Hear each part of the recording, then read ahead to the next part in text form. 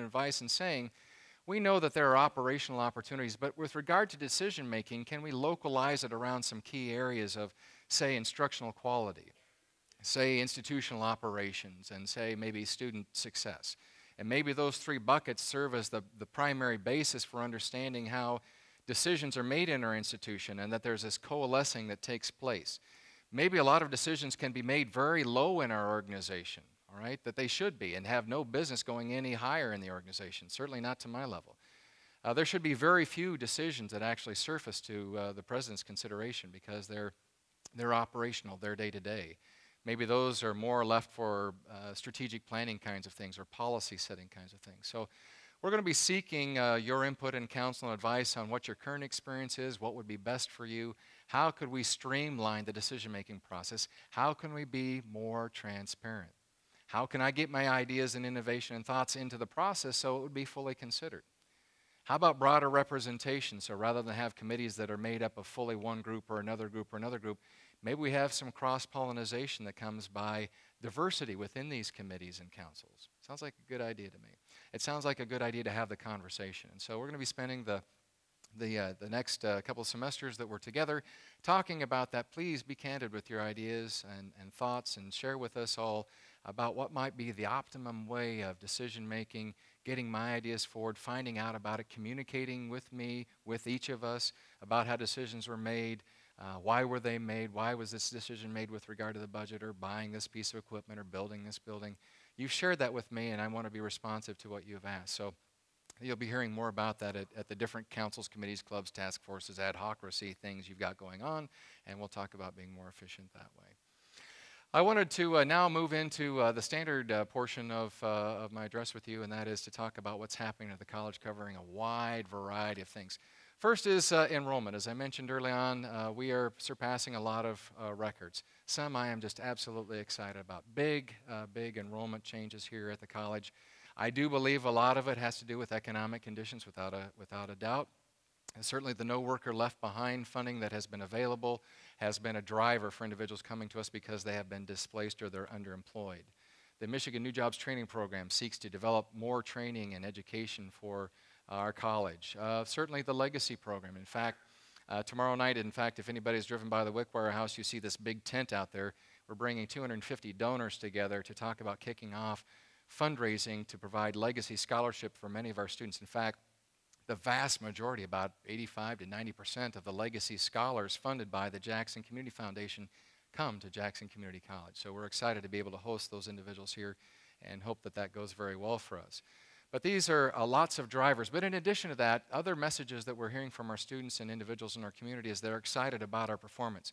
Individuals who know that when they come to JCC and go through the nursing program, there is a high probability, 95, 98, and 100% probability that I will pass my state boards on the first try, that I will transfer to a baccalaureate granting institution and do well. It didn't go unnoticed that Mary Sue Coleman was in this community a couple of months ago and said to a large group of collected business people together, saying there is no difference between any student who starts at Michigan, University of Michigan, or at Jackson Community College and transfer to the University of Michigan. No difference in terms of their academic ability or success at the conclusion of their baccalaureate degree. High praise for all of us from the state's leading university. High praise. And a lot of things like that, the technology that we're using on campus, the high caliber faculty we bring to our campus, the tremendous job that we have in recruiting and retention initiatives, Achieving the Dream, for example. Housing and athletics, new programs coming online.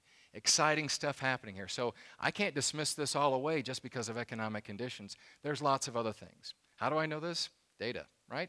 We've got community colleges in this state who have only grown by 1 or 2%. I just got a report a couple days ago that said up by the Midland area, that institution is only grown by 2%. Up in the Delta area, up in the Saginaw, the Thumb area, only grown by 3%. They have more businesses closing there than we do.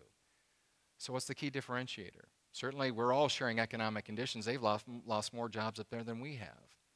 I also think it's about the prowess of a community college that says we care about the people in the community. I think that is the key differentiator. I think that is responsible for not only exceeding standard enrollment gain, but excelling at standard enrollment gain. We've also had some other pretty cool things happen too. Minority enrollment on this campus and throughout the district has grown 45%. That doesn't happen by accident.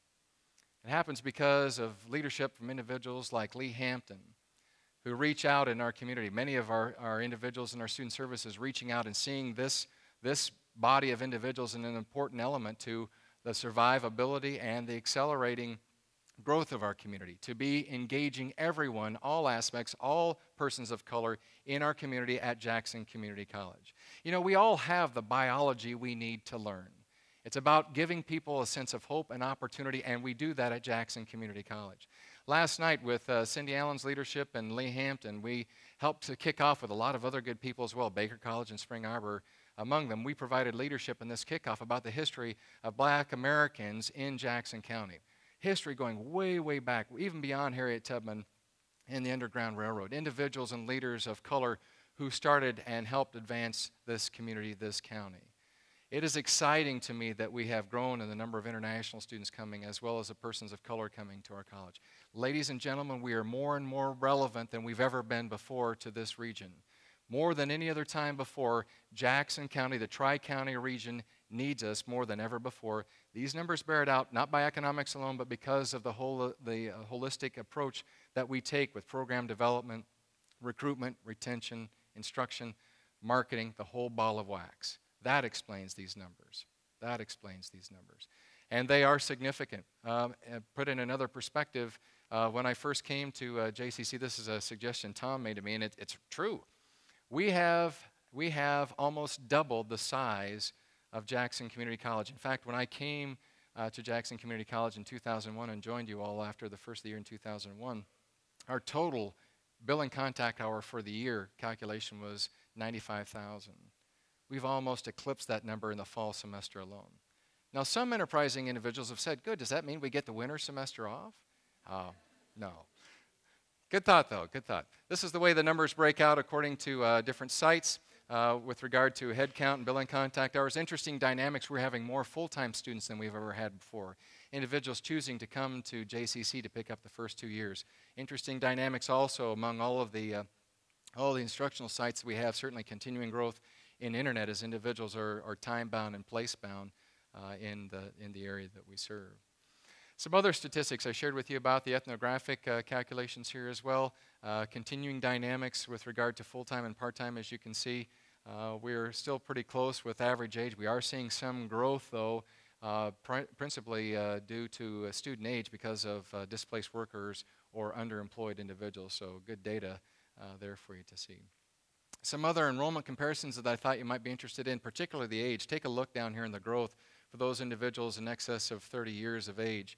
In today's newspaper, the editorial there talks about the growth at JCC, about legacy scholarships, about the dinner tomorrow night at the Wickwire House, but also acknowledges this particular growth in the non-traditional student coming back because so many changes in the business community overall. Some demographics I also wanted to share with you as well. A little bit further detail and breakdown there. You can see the numbers, the 54% of students of color. We still have a little bit of difficulty trying to understand and get a little more clarity on the unknown. This is an optional response by our students. We're trying to hone in on that a little bit better. So in fact, that number 54%, almost 55%, could actually be a little bit larger than what the initial assessment is. And then financially, this is a concerning point to me. While we are seeing significant growth with regard to Pell, this is grant aid, right? This is gift aid. One of the concerns that I have is the loan aid, if you will, the non-gift aid. And we're already seeing some effects of individuals taking out Stafford loans. Our default rate is beginning to rise. It has risen a couple of points in the last couple of years.